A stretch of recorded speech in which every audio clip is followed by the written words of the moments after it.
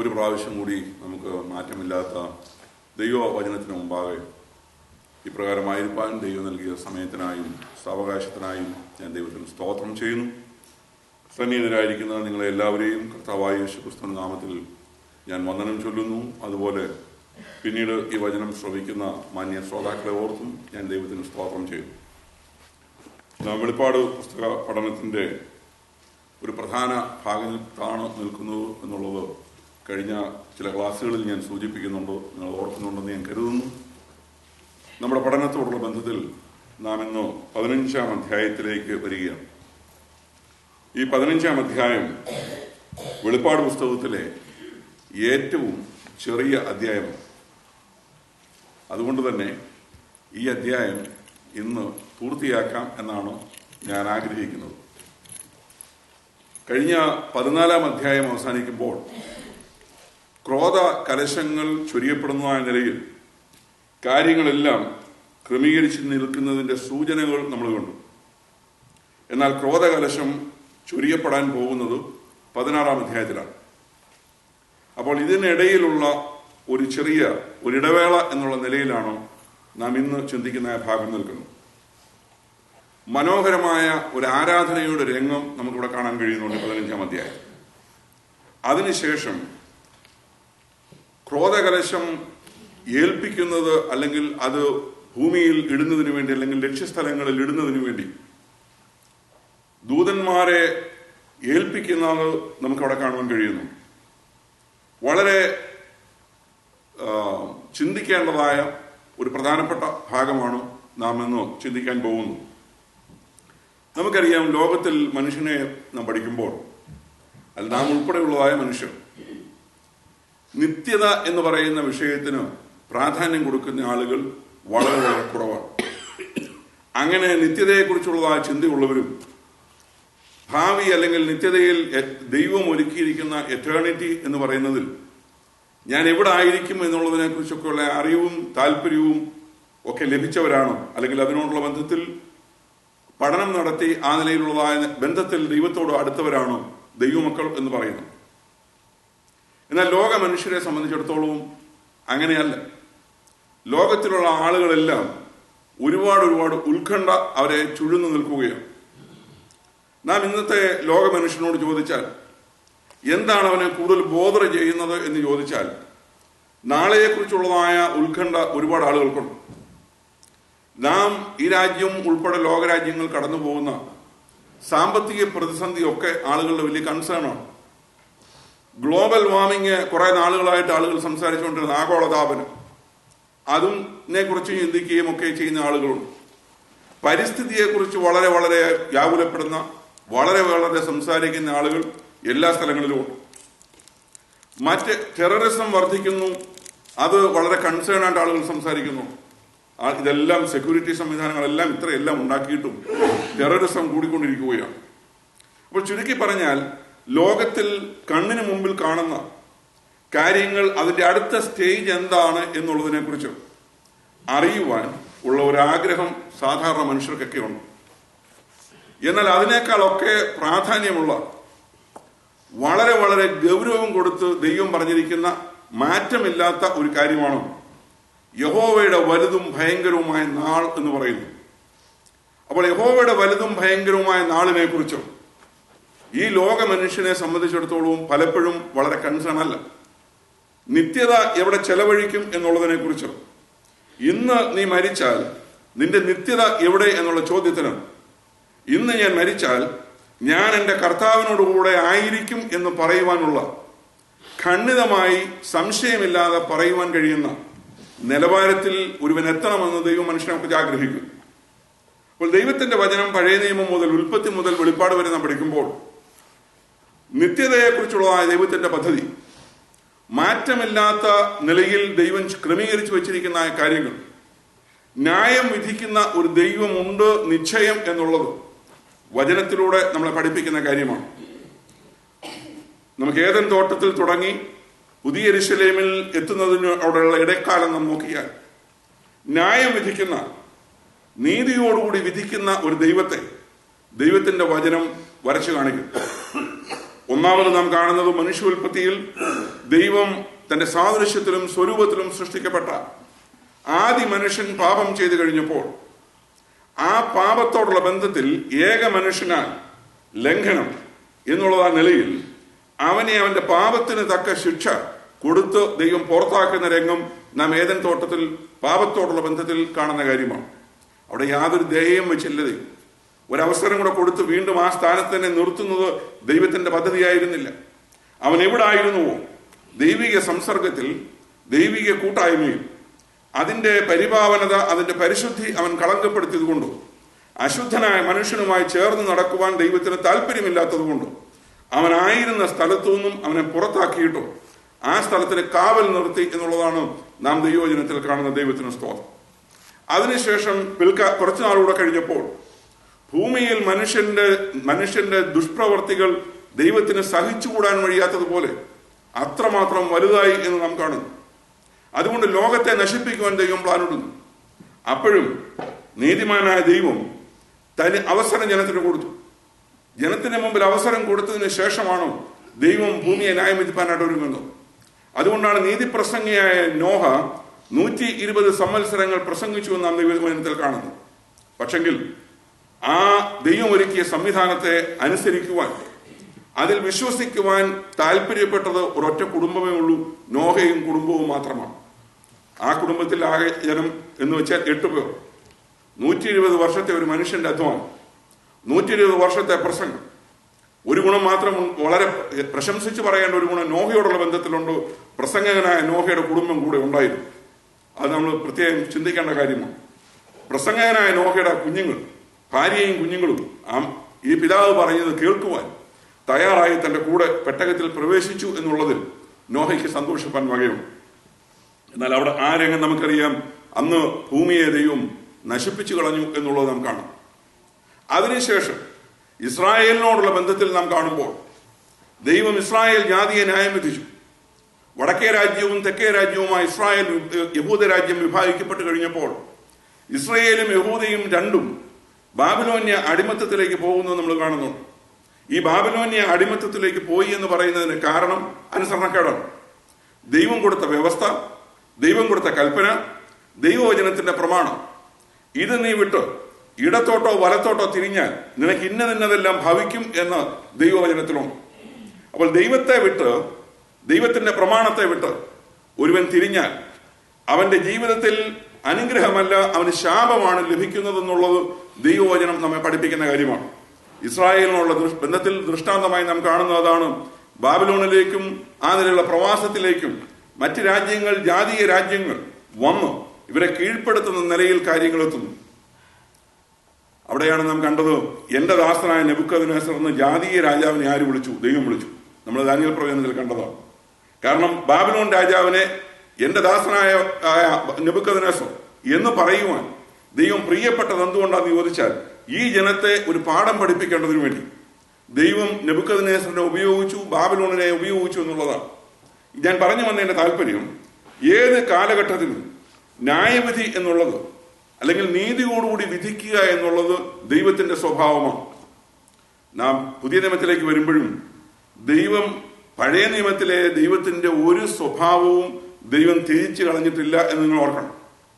എന്നാൽ പുതിയ നിയമത്തിലേക്ക് വരുമ്പോൾ മനുഷ്യന് ദൈവഭയം വളരെ വളരെ കുറഞ്ഞു എന്നുള്ളതാണ് സത്യം. കാരണം കൃപയുടെ യുഗത്തിൽ നാം നിൽക്കുന്നു, കൃപായുഗത്തിൽ നാം ആയിരിക്കുന്നത് കൊണ്ടും കൃപയുടെ ഒരു പരിവേഷം നമുക്കുള്ളത് കൊണ്ടും ദൈവം ക്ഷമിക്കുന്നു, ദൈവം സഹിക്കുന്നു എന്നുള്ള ചിന്ത നമുക്കുള്ളത് കൊണ്ടോ ദൈവഭയം കുറഞ്ഞു കുറഞ്ഞു പോകുന്നു എന്നുള്ളതാണ് ദുഃഖകരം. എന്നാൽ എബ്രായ ലേഖനത്തിൽ പറയുന്നത്, ഞാൻ ദൈവം ആരാണ്? ദഹിപ്പിക്കുന്ന അഗ്നിയാണ്. പഴയ നിയമത്തിലും കാണുന്നത് ഇത് തന്നെയാണ്. ദൈവം ദഹിപ്പിക്കുന്ന അഗ്നിയായി പഴയ നിയമത്തിൽ കാണും. പുതിയ നിയമത്തിലും എബ്രായ ലേഖനത്തിൽ ലേഖകൻ ആ വിഷയം ചൂണ്ടിക്കാണിക്കുന്നു. ദൈവത്തിന് സ്തോത്രം. ഞാൻ ഈ പറഞ്ഞു വരുന്നതിന് താല്പര്യം, മനുഷ്യോൽപ്പത്തി മുതൽ ദൈവത്തിന്റെ പ്രമാണങ്ങൾക്കും ദൈവത്തിന്റെ ആലോചനകൾക്കും വിരുദ്ധമായി ദൈവത്തോട് മത്സരിക്കുന്ന ആളുകളെ അല്ലെങ്കിൽ സമൂഹത്തെ ദൈവം ന്യായം വിധിക്കുന്നുണ്ട് എന്നുള്ളതാണ്. ഇതിനിടയിൽ നടന്ന 2 പട്ടണങ്ങളിൽ നടന്ന കാര്യങ്ങളാണ് സോദോമിനോടും ഗോമോറയോടുമുള്ളതായ നിലയിൽ ദൈവം ഇടപെട്ടത്. തീ കൊണ്ടവരെ ദഹിപ്പിച്ചു കളഞ്ഞു എന്നുള്ളത്. ഇങ്ങനെ നാം ചിന്തിക്കുമ്പോൾ വെളിപ്പാട് പുസ്തകത്തിലേക്ക് വരുമ്പോൾ അതിന്റെ സമാപ്തിയിലേക്ക് നാം വരികയാണ്. കാര്യങ്ങളുടെ സമാപ്തിയാണ്. അപ്പോൾ ഈ കാര്യങ്ങളുടെ സമാപ്തിയിലേക്ക് വരുമ്പോൾ പഴയ കാര്യങ്ങൾ ഞാൻ ചൂണ്ടിക്കാണിച്ചത് എന്തിനാണെന്ന് ചോദിച്ചാൽ, നിശ്ചയമായും ഈ കാര്യങ്ങൾ നടക്കും എന്നുള്ളത് ഉറപ്പിക്കുന്നതിന് വേണ്ടിയാണ്. ദൈവം ഇസ്രായേലിനെ ന്യായം വിധിച്ചെങ്കിൽ, സ്വന്തം ജനമായ ഇസ്രായേലിനെ ദൈവം ന്യായം വിധിച്ചെങ്കിൽ, സ്വന്തം ജനമായ ഇസ്രായേലിനെ ദൈവം ജാതീയ രാജ്യങ്ങൾക്ക് വിട്ടുകൊടുത്തെങ്കിൽ, സ്വന്തം ജനമായ ഇസ്രായേലിനെ പാഠം പഠിപ്പിക്കേണ്ടതിന് വേണ്ടി ദൈവം തയ്യാറായെങ്കിൽ, കൃപയുടെ കാലത്ത് യേശുക്രിസ്തു മുഖേനയുള്ളതായ രക്ഷയെ അഗണ്യമാക്കുന്നവരോടുള്ള ബന്ധത്തിൽ ഇത്ര വലിയ രക്ഷയെ ഗണ്യമാക്കാതെ പോയാൽ എങ്ങനെ തെറ്റി ഒഴിയും എന്ന് ദൈവവചനം ചോദിക്കുന്നത് ന്യായവിധിയോടുള്ള ബന്ധത്തിലാണ്. യേശുക്രിസ്തുവിന്റെ പാവന രക്തം മനുഷ്യവർഗത്തിന്റെ പാപം എന്ന് പറയുന്നതിനെ കഴുകിക്കളയുവാൻ പര്യാപ്തമായി ദൈവവചനത്തിൽ നിൽക്കുന്ന കാര്യമാണ്. ദൈവത്തിന്റെ സംവിധാനമാണ്, ദൈവം ഒരുക്കിയ രക്ഷാപദ്ധതിയാണ്. പക്ഷേ അതിനെ ഒരുവൻ മനഃപൂർവ്വമായി അവഗണിച്ചാൽ, അതിനെ ഒരുവൻ മനഃപൂർവ്വമായി മലിനമെന്ന് എണ്ണിയാൽ, അതൊരുവന് വലിയ വിഷയമായി തോന്നുന്നില്ലെങ്കിൽ അവനോട് ദൈവം കണക്ക് തീർക്കും, ന്യായം വിധിക്കും എന്നുള്ളത് ദൈവത്തിന്റെ വചനം നമ്മെ പഠിപ്പിക്കുന്ന വസ്തുതയാണ്, യാഥാർത്ഥ്യമാണ്. അപ്പോൾ ഇവിടെ നാം കാണാൻ പോകുന്ന അല്ലെങ്കിൽ നാം ചിന്തിക്കാൻ പോകുന്ന ഭാഗം 15-ാം അധ്യായത്തോടുള്ള ബന്ധത്തിൽ 16-ാം അധ്യായം മുതൽ 16-ാം അധ്യായത്തിൽ ഒന്നിനു പുറകെ ഒന്നായി ക്രോധകലശം വീഴുകയാണ്. ഒന്നിനു പുറകെ ഒന്നായിട്ട് ഈ മനുഷ്യന് ദൈവം കൊടുത്ത ചാൻസ്, ഞാൻ കഴിഞ്ഞ ആഴ്ച പറഞ്ഞല്ലോ, ചാൻസ് കഴിഞ്ഞു. ഇവിടെ ആ ചാൻസ്, ലാസ്റ്റ് ചാൻസ് വരെ അത് ഉപയോഗിച്ചവർ അല്ലെങ്കിൽ ദൈവത്തോട് നിരപ്പ് പ്രാപിച്ചവർ ഏതെങ്കിലും നിലയിൽ മഹോപദ്രവത്തിലെ കഷ്ടതകളിലൂടെ അല്ലെങ്കിൽ എതിർ ക്രിസ്തുവിന്റെ കാലഘട്ടത്തിൽ ദൈവത്തിനു വേണ്ടി നിന്ന് അന്ത്യം വരിച്ചതായ വിശുദ്ധന്മാർ, ഇങ്ങനെയുള്ള ആളുകളെ എല്ലാവരെയും കൂടെ ചേർത്തുള്ള ഒരു രംഗമാണ് നാം ഇവിടെ ഈ 15-ാം അധ്യായത്തിൽ കാണാൻ പോകുന്നത്. നമുക്ക് അതിന്റെ വാക്യങ്ങൾ ഓരോ 1-2 വീതം വാക്യങ്ങൾ മുമ്പോട്ട് പോകാം. ഒരുപാട് കാര്യങ്ങൾ ഇതിനകത്ത് 2-3 കാര്യങ്ങളുള്ളൂ പ്രധാനമായിട്ട് ചിന്തിപ്പാനായിട്ടുള്ളൂ. 15-ാം അധ്യായം 1-ാം വാക്യമായി, ഞാൻ വലുതും അത്ഭുതവുമായ മറ്റൊരു അടയാളം സ്വർഗ്ഗത്തിൽ കണ്ടു. ഒടുക്കത്തെ 7 ബാധകൾ 7 ദൂതന്മാരെ തന്നെ. അതോടുകൂടെ ദൈവക്രോധം തീർന്നു. ഇവിടെ അതോടുകൂടെ ദൈവക്രോധം തീർന്നു എന്ന് പറയുകയാണ്. അപ്പൊ അത് കേട്ടാൽ നമുക്ക് തോന്നും എന്ത് ചെയ്തു, സംഭവം കഴിഞ്ഞു. പക്ഷെ വരുന്നേ ഉള്ളൂ. ഇത് വരുന്നതിനെ കുറിച്ച് മുഖവുര പോലെ പറയുകയാണ്. അപ്പൊ ഇവിടെ യോഹന്നാൻ പറയുന്നത്, ഞാൻ വലുതും അത്ഭുതവുമായ മറ്റൊരു അടയാളം സ്വർഗത്തിൽ കണ്ടു. യോഹന്നാൻ അടയാളം കണ്ടു എന്നുള്ള നിലയിൽ പറയുന്ന 3-ാമത്തെ ഇൻസിഡന്റ് ആണ്. 3 പ്രാവശ്യം യോഹന്നാൻ ഈ പ്രയോഗം നടത്തുന്നുണ്ട്. ഞാനൊരു അടയാളം കണ്ടു, ഞാനൊരു അടയാളം കണ്ടു. എന്നാൽ മുൻപ് പറഞ്ഞ 2 അടയാളങ്ങളിലും ഉപയോഗിക്കാത്ത ഒരു പ്രത്യേക വാക്ക് ഇവിടെ നിൽപ്പുണ്ട്. മുമ്പ് കണ്ടതായ അടയാളങ്ങൾ എന്ന് പറയുന്നത് 12-ാം അധ്യായം 1-ാം വാക്യത്തിൽ സൂര്യനെ അണിഞ്ഞ ഒരു സ്ത്രീയെ കണ്ടു. അതാണ് 1-ാമത് അടയാളമായിട്ട് യോഹന്നാൻ കണ്ടത്. സൂര്യൻ അണിഞ്ഞ ഒരു സ്ത്രീ നാം ചിന്തിച്ചു കഴിഞ്ഞ ഭാഗമാണ്. അതിനുശേഷം 12-ാം അധ്യായം 3-ാം വാക്യത്തിൽ നമ്മൾ ഇപ്രകാരം കാണുന്നു, മഹാസർപ്പം, 7 തലയുള്ളതായ മഹാസർപ്പത്തെ യോഹന്നാൻ കണ്ടു. അത് വേറൊരു അടയാളമാണ്. എന്നാൽ ഇവിടെ യോഹന്നാൻ പറയുമ്പോൾ ഇവിടെ ഉപയോഗിച്ചിരിക്കുന്ന ഒരു പ്രത്യേക പദം വലുതും അത്ഭുതവുമായ എന്നുള്ള ഒരു പ്രയോഗമുണ്ട്. വലുതും അത്ഭുതവുമായ. അപ്പോൾ അവിടെ ഉപയോഗിച്ചിരിക്കുന്ന, ഇംഗ്ലീഷിൽ ഉപയോഗിച്ചിരിക്കുന്ന മാർവലസ് എന്നുള്ളതായ വാക്കാണ്. അത്ഭുതകരമായ എന്നുള്ള അർത്ഥത്തിൽ. അപ്പോൾ ഇവിടെ അത്ഭുതകരമായ അല്ലെങ്കിൽ വലുതായ ഒരു അടയാളം സ്വർഗത്തിൽ കണ്ടു. ഇത് ഇത്ര വലുതായിട്ട് യോഹന്നാന് തോന്നുവാൻ, വലുതും അത്ഭുതവും എന്ന് പറയുവാൻ കാരണം അതിന്റെ ഗൗരവം കൊണ്ടാണ്. ഇതുവരെ കണ്ടതിനേക്കാൾ ഇതിച്ച ഗൗരവം കൂടിയതാണ്. വലുതും അത്ഭുതകരവും അല്ലെങ്കിൽ മജസ്റ്റി, വലുതും ഭയങ്കരവുമായ എന്നുള്ള അർത്ഥത്തിൽ. അതിന്റെ ശരിയായ പ്രയോഗം ഭയങ്കരമാണ്. അപ്പോൾ അത്ഭുതകര എന്ന് പറയുന്നതിനേക്കാൾ കുറച്ചുകൂടി പ്രയോഗത്തിൽ അർത്ഥം ഭയങ്കരം എന്നുള്ള അർത്ഥമാണ് അതിന് കുറച്ചുകൂടെ യോജിക്കും മൂലഭാഷയോടുള്ള ബന്ധത്തിൽ. അപ്പോൾ അവിടെ ഞാൻ വലുതും അത്ഭുതകരവുമായ ഒരു അടയാളം, മറ്റൊരു അടയാളം സ്വർഗത്തിൽ കണ്ടു. കണ്ടത് ഇതാണോ? ഒടുക്കത്തെ 7 ബാധയുള്ള 7 ദൂതന്മാരെ തന്നെ. ഈ മലയാളത്തിൽ ഈ വാക്ക് കേട്ടാൽ നമുക്ക് വേറൊരു അർത്ഥം നമ്മുടെ മനസ്സിൽ വരും. ഈ ഒടുക്കത്തെ എന്നൊക്കെ പറഞ്ഞു കഴിഞ്ഞു ഇതിന്റെ അർത്ഥം ഇത്രയേ ഉള്ളൂ, ലാസ്റ്റ് എന്നുള്ള അർത്ഥമേ ഉള്ളൂ ഭാഷയിൽ. അന്നത്തെ ട്രാൻസ്ലേഷനിൽ, പഴയ ട്രാൻസ്ലേഷനിൽ ഒടുക്കത്തെ എന്നുള്ള വാക്ക് വന്നുള്ളൂ. അവസാനത്തെ എന്നുള്ള മനോഹരമായ വാക്ക് അവിടെ പറ്റുന്നതാണ്. അപ്പോൾ അവസാനത്തെ 7 ബാധയുള്ള 7 ദൂതന്മാർ. അപ്പോൾ വലുതും അത്ഭുതകരവുമായ ദർശനം എന്നുള്ളത് അടയാളമായിട്ട് യോഹന്നാൻ കണ്ടത് അവസാനത്തെ 7 ബാധ 7 ബാധയുള്ള 7 ദൂതന്മാരെ തന്നെ എന്നുള്ളതാണ്. 7 ബാധയുള്ള 7 ദൂതന്മാർ. ഈ 7 ബാധ ഭൂമിക്ക് നൽകുവാൻ, അല്ലെങ്കിൽ ദൈവം നിശ്ചയിച്ചിരിക്കുന്ന 7 ക്രോധകലശങ്ങൾ ഒഴിക്കുവാൻ തയ്യാറായി, അല്ലെങ്കിൽ അതിടുവാൻ തയ്യാറെടുത്ത് നിൽക്കുന്ന 7 ദൂതന്മാർ. ഈ രംഗമാണ് ആര് കണ്ടത്? യോഹന്നാൻ കണ്ടത്. ഈ രംഗം യോഹന്നാൻ കണ്ടതുകൊണ്ടാണ് പറഞ്ഞത് അത്ഭുതകരമായി യോഹന്നാൻ തോന്നി. മാത്രമല്ല ഇത് ഭയങ്കരമായിട്ടും യോഹന്നാൻ തോന്നി. അത് അവിടെ അടുത്തായിട്ട് 2-ാമത്തെ വാക്യം, തീ കലർന്ന പളുങ്കുകളെ പോലെ ഒന്നും മൃഗത്തോടും അതിന്റെ പ്രതിമയോടും പേരിന്റെ സംഖ്യയോടും ജയിച്ചവർ ദൈവത്തിന്റെ വീണകൾ പിടിച്ചുകൊണ്ട് പളുങ്കുകടലിനരികെ നിൽക്കുന്നതും ഞാൻ കണ്ടു. തീ കലർന്ന പളുങ്ക് കടൽ പോലെ ഒന്നും മൃഗത്തോടും അതിന്റെ പ്രതിമയോടും പേരിന്റെ സംഖ്യയോടും ജയിച്ചവർ ദൈവത്തിന്റെ വീണകൾ പിടിച്ചുകൊണ്ട് പളുങ്ക് കടലിനരികെ നിൽക്കണം. പളുങ്ക് കടൽ, ഈ പളുങ്ക് കടൽ നമ്മൾ നേരത്തെ കണ്ടതാണ്. അവിടെ പക്ഷെങ്കിൽ അതിനെ കണ്ണാടി കടൽ എന്നുള്ള നിലയിൽ വളരെ വളരെ വളരെ സ്വസ്ഥമായി കിടക്കുന്ന ഒരു കടലിന്റെ രംഗമായിരുന്നു. അന്ന് ഞാൻ പറഞ്ഞത് നിങ്ങൾ ഓർക്കുന്നുണ്ടാകും. ഇത് അക്ഷരാർത്ഥത്തിൽ എന്തല്ല, കടലല്ല. സ്വർഗത്തിൽ എന്തില്ല? കടലില്ല. അത് മാത്രമല്ല, പുതുവാന ഭൂമിയുടെ സൃഷ്ടിപ്പ് നടക്കുന്ന സമയത്ത് സമുദ്രം പിന്നെ ഇല്ല. സമുദ്രം അവിടെ ഇല്ല. സമുദ്രവും ഇല്ലാതാകുകയാണ്. അപ്പോൾ പുതിയ ഭൂമിയും സൃഷ്ടിക്കപ്പെട്ട് കഴിയുമ്പോൾ പിന്നെ സമുദ്രമില്ല. അപ്പോൾ ഇവിടെ സ്വർഗത്തിൽ സമുദ്രമില്ല, അക്ഷരാർത്ഥത്തിൽ ഒരു കടലില്ല. എന്നാൽ ഇത് വാസ്തവത്തിൽ ദൈവസിംഹാസനത്തിനോടുള്ള ബന്ധത്തിൽ ദൈവസിംഹാസനത്തിന്റെ തൊട്ട് മുമ്പിൽ കാണുന്ന റിഫ്ലക്ഷനാണ്. ഈ റിഫ്ലക്ഷൻ എന്നുള്ള നിലയിൽ യോഹന്നാൻ അത് കാണുമ്പോൾ തന്റെ തോന്നല്, അല്ലെങ്കിൽ താൻ കണ്ടപ്പോൾ കടൽ പോലെ തനിക്ക് തോന്നി എന്നുള്ളതായ അർത്ഥത്തിൽ നാം അതിനെ കണ്ടാൽ മതി. തീ കലർന്ന പളുങ്ക് കടൽ പോലെ ഒന്ന്. അപ്പോൾ ഇവിടെ ഇപ്പോൾ ഈ വെള്ളത്തിന്, അല്ലെങ്കിൽ ഈ കടലിലേക്ക് നോക്കിയപ്പോൾ നിറം മാറി. നേരത്തെ കണ്ടതുപോലുള്ളതായ നിറമല്ല, ഇവിടെ കണ്ടതായ നിറം എന്തോ തീ കലർന്ന നിറമാണ്. 2 അഭിപ്രായങ്ങൾ ഇതിനോടുള്ള ബന്ധത്തിലുണ്ട്. രണ്ടും ഞാൻ നിങ്ങളോട് പറയാം. ഒന്ന്, ഇവിടെ നിൽക്കുന്നതായ വിശുദ്ധന്മാർ, ഇവിടെ വീണയും പിടിച്ചുകൊണ്ട് നിൽക്കുന്ന വിശുദ്ധന്മാർ, അവരെ കുറിച്ചാണ് നമ്മൾ അടുത്ത ചിന്തിക്കാൻ പോകുന്നത്. ഈ വീണയും പിടിച്ചുകൊണ്ട് നിൽക്കുന്ന വിശുദ്ധന്മാർ, ഇവർ സഭയുടെ ഉൾപ്രാപണത്തിന് ശേഷമുള്ള, അല്ലെങ്കിൽ സഭ എടുത്തുകൊള്ളപ്പെട്ടതിന് ശേഷം ഭൂമിയിൽ വീണ്ടെടുക്കപ്പെട്ടതായ സംഘമാണ്. ഇവർ ഭയങ്കരമായ പീഡയിലൂടെയും ഭയങ്കരമായ കഷ്ടതയിലൂടെയും കടന്നുപോയ ഒരു സമൂഹമാണ്. കാരണം അതാണ് അവിടെ തന്നെ നമുക്ക് കാണാൻ കഴിയുന്നു. എതിർ ക്രിസ്തുവിനോടുള്ള ബന്ധത്തിൽ, അവന്റെ വാഴ്ചയോടുള്ള ബന്ധത്തിൽ അവനെ അനുസരിക്കാതെ, അല്ലെങ്കിൽ കള്ളപ്രവാചകനെയും ഒക്കെ അനുസരിക്കാതിരുന്നത് കൊണ്ടോ അതിൻ്റെതായ ശിക്ഷ ലഭിച്ച് രക്തസാക്ഷികളായിട്ട് തന്നെ ഭൂമിയിൽ നിന്ന് മാറ്റപ്പെട്ടവരാണ് ഇവരിൽ ബഹുഭൂരിപക്ഷം. അങ്ങനെ രക്തസാക്ഷികളായി മാറ്റപ്പെട്ടതായ ദൈവദാസന്മാർ, അല്ലെങ്കിൽ ദൈവമക്കൾ എന്നുള്ളതായ നിലയിൽ ചിന്തിക്കുന്നത് കൊണ്ട് അവർ കടന്നു വന്നിരിക്കുന്ന ആ രക്തസാക്ഷിത്വം എന്ന് പറയുന്ന ആ അനുഭവത്തോടുള്ള ബന്ധത്തിലാണ് ഈ കടൽ എന്തായി കാണുന്നത്? ചുവപ്പ് കടലായിട്ട് കാണുന്നത് എന്നുള്ളതാണ്. ഇവർ കടന്നു വന്നതായ അവരുടെ അനുഭവത്തോടുള്ള ബന്ധത്തിൽ. കാര്യം അവരാണ് കടലിനരികെ നിൽക്കുന്നത്. ഈ കടലിനരികിൽ അവർ നിൽക്കുമ്പോൾ അവരെ വാസ്തവത്തിൽ ഇതുപോലുള്ള കഠിനമായ അനുഭവത്തിലൂടെ വന്നൊരു സമൂഹമാണ്. അപ്പോൾ അവരുടെ റിഫ്ലക്ഷൻ എന്നുള്ളതായ നിലയിൽ ചിന്തിക്കുന്നതാണ് ഒരു ചിന്ത.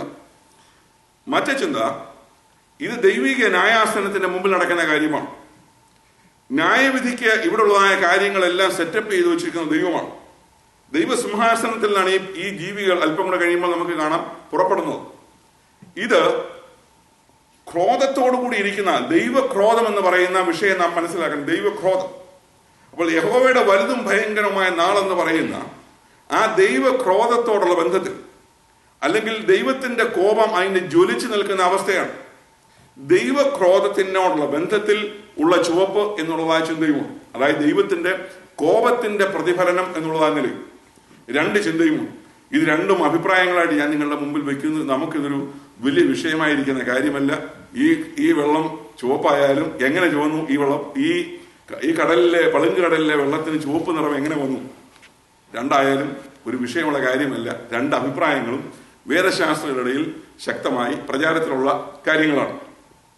അടുത്തായിട്ട്, അവിടെ നിൽക്കുന്നവർ അതിന്റെ പ്രതിമയോ പളുങ്ക് കടൽ പോലെ ഒന്നും മൃഗത്തോടും അതിന്റെ പ്രതിമയോടും പേരിന്റെ സംഖ്യയോടും ജയിച്ചവർ. അപ്പോൾ ഇവിടെ ഈ കടൽ തീരത്ത് നിൽക്കുന്ന പളുങ്ക് കടലിന്റെ തീരത്ത് നിൽക്കുന്നവർ ആരാണ്? ജയാളികളാണ്. തോറ്റവരാരും ഇവിടെ ഇല്ല, എല്ലാവരും ജയിച്ചവരാണ്. ഇവർ ജയിച്ചവർ എന്ന് പറയുമ്പോൾ എന്തിനോട് ജയിച്ചു എന്നുള്ളതാണ്. 3 കാര്യങ്ങളിൽ ഇവർ ജയിച്ചവരാണ്, 3 വിഷയങ്ങൾ. അതിൽ ഒന്നാമത്തേത് എന്ന് പറയുന്നത് അവർ മൃഗത്തോട് ജയിച്ചവരാണ്. രണ്ടാമതായിട്ട് മൃഗത്തിന്റെ പ്രതിമയോട് ജയിച്ചവരാണ്. മൂന്നാമതായിട്ട് മൃഗത്തിന്റെ സംഖ്യയോട് ജയിച്ചവരാണ്. അപ്പോൾ ഇത് 3ഉം എന്തിനോട് തന്നെ? മൃഗത്തോട് തന്നെയാണ്. അപ്പോൾ മൃഗത്തോടുള്ള ബന്ധത്തിൽ 3 കാര്യങ്ങളാണ്. ഒന്ന്, മൃഗത്തെ നമസ്കരിക്കുക എന്നുള്ളതായിരുന്നു. 2, മൃഗത്തിന്റെ പ്രതിമയെ നമസ്കരിക്കുക എന്നുള്ളതായിരുന്നു. 3ാമത് മൃഗത്തിന്റെ മുദ്ര അല്ലെങ്കിൽ അതിന്റെ സംഖ്യ നെറ്റിയിലോ കൈമേലോ ഏക്കുക എന്നുള്ളതായിരുന്നു. ഈ 3 കാര്യത്തിലും കീഴ്പ്പെടാൻ മനസ്സില്ലാഞ്ഞ ഒരു കൂട്ടം ആളുകളാണ്. മൃഗത്തെ നമസ്കരിക്കാൻ അവർ തയ്യാറായില്ല, മൃഗത്തിന്റെ പ്രതിമയെ നമസ്കരിക്കുവാൻ അവർ തയ്യാറായില്ല. മൃഗത്തിന്റെ സംഖ്യയായ 666 നെറ്റിമേലോ കൈമേലോ ഏറ്റെടുക്കുവാനും ഇവർ തയ്യാറായില്ല. അപ്പോൾ ഇവർക്ക് എന്ത് കിട്ടിയെന്ന് ഉറപ്പാണ്? മരണം ഉറപ്പാണ്. കാര്യം നമ്മൾ നേരത്തെ ചിന്തിച്ചു, ഇത് ചെയ്തില്ലെങ്കിൽ മരണമാണ്. അപ്പോൾ മരണം എന്ന് പറയുന്നതിനെ അവർ അപ്പോൾ ഓർക്കണം, അവരുടെ ജീവൻ അവർക്ക് എന്തായി തോന്നിയില്ല, അവരുടെ ജീവൻ അവർക്ക് വിലയേറിയതായി തോന്നിയില്ല. അതുകൊണ്ടാണ് ഇവർ ജയാളികളാണ് എന്ന് പറഞ്ഞത്. അപ്പോൾ ഈ കഠിനമായ ശോധനയിലൂടെ വന്നതായ ഈ വിശുദ്ധന്മാർ അവർ തങ്ങളുടെ ജീവനെ വലുതായി എണ്ണാഞ്ഞ ഒരു കൂട്ടം ആളുകളാണ്. കാരണം തങ്ങളുടെ ജീവനെ വലുതായി അവർ എണ്ണിയിരുന്നെങ്കിൽ അവർ മുദ്രയേറ്റേൻ, അല്ലെങ്കിൽ അവർ മൃഗത്തെ നമസ്കരിച്ചേന്, അല്ലെങ്കിൽ അവർ മൃഗത്തിന്റെ പ്രതിമയെ നമസ്കരിച്ചേന്. ഇതിലേതെങ്കിലും ഒന്ന് അവർ ചെയ്യുമായിരുന്നു. എന്നാൽ അത് ചെയ്യാതിരുന്നത് കൊണ്ടും എതിർ ക്രിസ്തുവിന്റെ ഭരണകാലത്ത് അവന്റെ ഭരണ സംവിധാനത്തിന്റെ മുമ്പിൽ കീഴടങ്ങുവാൻ മനസ്സില്ലാതിരുന്ന ഒരു കൂട്ടം വിശുദ്ധന്മാർ, ജയാളികളായ ഒരു കൂട്ടം വിശുദ്ധന്മാർ അവർ എവിടെ എത്തി നിൽക്കുകയാണ്? പളുങ്ക് കടലിന്റെ തീരത്ത് എത്തി നിൽക്കുകയാണ്. ഇനിയും പളുങ്ക് കടൽ തീരത്ത് ചെന്ന അവരുടെ കയ്യിൽ എന്തുണ്ടോ? പളുങ്ക് കടലിന്റെ തീരത്ത് നിൽക്കുന്നവർ അവരുടെ ജയിച്ചവർ ദൈവത്തിന്റെ വീണകൾ പിടിച്ചുകൊണ്ട് പളുങ്ക് കടലിനരികെ നിൽക്കുന്നത് ഞാൻ കണ്ടു. അപ്പോൾ ജയിച്ചവർ ദൈവത്തിന്റെ വീണയും പിടിച്ചുകൊണ്ട് പളുങ്ക് കടലിൽ നിൽക്കുന്നത് ഞാൻ കണ്ടു. അപ്പോൾ വീണ പിടിച്ചുകൊണ്ട് വെറുതെ നിൽക്കുകയല്ല. ഇന്ന് നമുക്കറിയാം, വീണയും സംഗീതോപകരണങ്ങളും പിടിച്ചുകൊണ്ട് ചുമ്മാ നിൽക്കുന്നവരെ കണ്ടിട്ടുണ്ട്. ഞാൻ ഫേസ്ബുക്കിൽ പലരെ കണ്ടിട്ടുണ്ട്. ഒരു സംഗീതോപകരണവും ഉപയോഗിക്കാൻ അറിയാത്ത എൻ്റെ ഒരു സ്നേഹിതൻ, എനിക്കറിയാം ഒരു സംഗീതോപകരണം അറിയത്തില്ല. അദ്ദേഹം ഒരു ഗിറ്റാറൊക്കെ ആയിട്ട് ഇരിക്കുന്നു. അദ്ദേഹത്തിന്റെ ഭാര്യ തൊട്ടടുത്ത് വേറൊരു സംഗീതോപകരണമായിട്ട് ഇരിക്കുന്നു.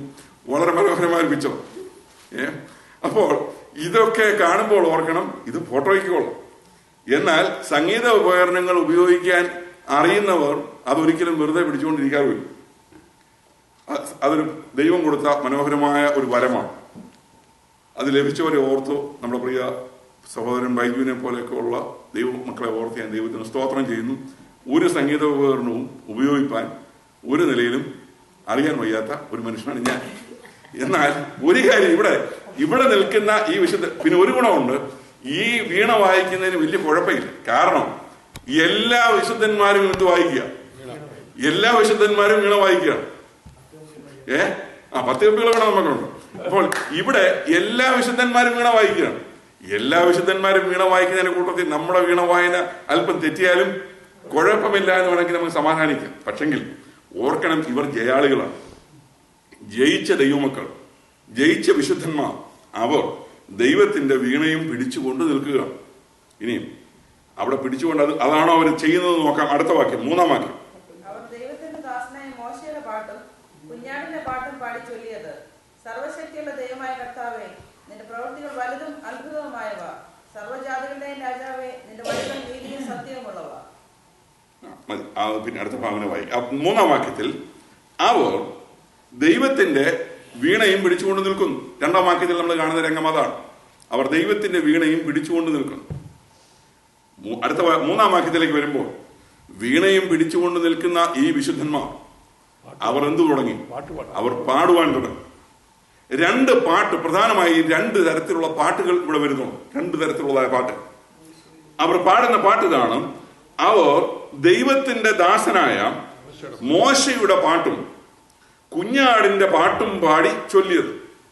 അപ്പോൾ 1-ാമത്തെ പാട്ട് ദൈവത്തിന്റെ ദാസനായ മോശയുടെ പാട്ടാണ്.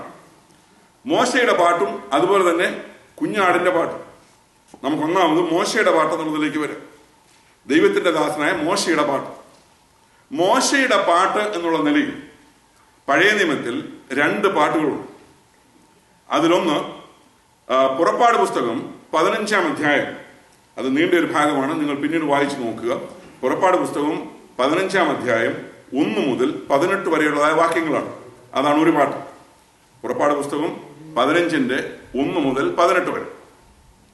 രണ്ടാമത്തെ പാട്ട് മോശയുടെ തന്നെ രണ്ടാമത്തെ പാട്ട് ആവർത്തന പുസ്തകം 32-ാം അധ്യായം 1 മുതൽ 43 വരെയുള്ളതായ വാക്യങ്ങളാണ്.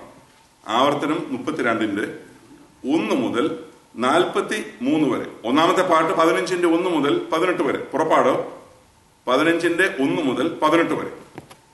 രണ്ടാമത്തത് ആവർത്തനം 32-ന്റെ 1 മുതൽ 43 വരെ. അപ്പോൾ ഈ പാട്ടെന്ന് പറയുന്നത് പഴയ നിയമത്തിൽ ഈ 2 പാട്ടല്ലാതെ വീണ്ടും പാട്ടുകളുണ്ട്. സന്തോഷവേളയിലാണ് എന്ത് വരുന്നത്? പാട്ട് പാടുന്നത്. അതുകൊണ്ടാണ് സങ്കീർത്തനത്തിലൊക്കെ പറയുമ്പോൾ സന്തോഷത്തോടെ യഹോവയ്ക്ക് പാടുവി, സന്തോഷത്തോടെ പാടുവി. അപ്പൊ സന്തോഷത്തിൽ നിന്നാണ് ഈ പാട്ടുണ്ടാകുക. നമ്മൾ തന്നെ വെറുതെ ഇങ്ങനെ ഇരിക്കുമ്പോൾ നമ്മൾക്ക് ഈ മൂളിപ്പാട്ടും ഒക്കെ വരുന്നുണ്ടെങ്കിൽ അതിനർത്ഥം അതൊരു സന്തോഷാനുഭവത്തിലാണ് ഈ മൂളിപ്പാട്ട് വരുന്നത്. അത് അങ്ങനെ ആ പാട്ടിന്റെ കിടപ്പ് അവിടെ പോടത്. അപ്പോൾ ഇവിടെ ഈ പറയപ്പെടുന്ന ഈ മോശയുടെ പാട്ടുകൾ എന്ന് പറയുന്നത് സീസരയോടുള്ള ബന്ധത്തിൽ, സീസരയ്ക്ക് തലയിൽ കുറ്റിയടിച്ചവനെ കൊല്ലുന്ന സമയത്ത് കൊന്നതിന് ശേഷം ദെബോരയും ബാരാക്കും കൂടെ ഒരു പാട്ട് പാടിയത് ദൈവവചനത്തിലുണ്ട്. ആലയ പ്രതിഷ്ഠയോടുള്ള ബന്ധത്തിൽ ഒരു പാട്ട് പാടിയത് രാജാക്കന്മാരുടെ പുസ്തകത്തിലുണ്ട്. ഹിസ്കിയാവിന്റെ കാലത്താണ് ആരാധന യഥാസ്ഥാനപ്പെടുത്തി. നഷ്ടപ്പെട്ടു പോയ ആരാധന സംവിധാനങ്ങളെല്ലാം മടക്കിക്കൊണ്ടുവന്നു. ആലയത്തിൽ ആരാധന പുനഃസ്ഥാപിച്ചു. ആ സമയത്ത് ഹിസ്കിയാവ് അവിടെ എന്ത് ചെയ്തു? പുതിയ പാട്ട് പാടി ജനം പാടുന്നത് അതിനോടുള്ള ബന്ധത്തിൽ പറയുന്നു. ഇതെല്ലാം പഴയ നിയമത്തിൽ കാണുന്ന പാട്ടുകളോടുള്ള ബന്ധത്തിൽ നിൽക്കുന്നതാണ്. എന്നാൽ നമ്മുടെ വിഷയം ഇവിടെ മോശയുടെ പാട്ടാണ്. ദൈവത്തിന്റെ ദാസനായ മോശയുടെ പാട്ട് ഇവർ പാടുന്നു. അപ്പോൾ ഓർക്കണം, ഈ പാടുന്ന ഈ സംഘം എന്ന് പറയുന്നതിലെ പ്രധാനപ്പെട്ട ഗ്രൂപ്പ് ആര് തന്നെയാണ്? യഹൂദന്മാരാണ്. അതുകൊണ്ടാണ് മോശയോട് ബന്ധപ്പെടുത്തി ഇവിടെ പറയുന്നത് മോശയുടെ പാട്ട്. മോശയുടെ പാട്ടെന്ന് പറയുന്നത് ആവർത്തന പുസ്തകത്തിൽ പറയുന്ന പാട്ടും നിങ്ങൾ സാവകാശമായത് 2 വായിച്ചു നോക്കുക. വളരെ നീണ്ട ഒരു ഭാഗമാണ്.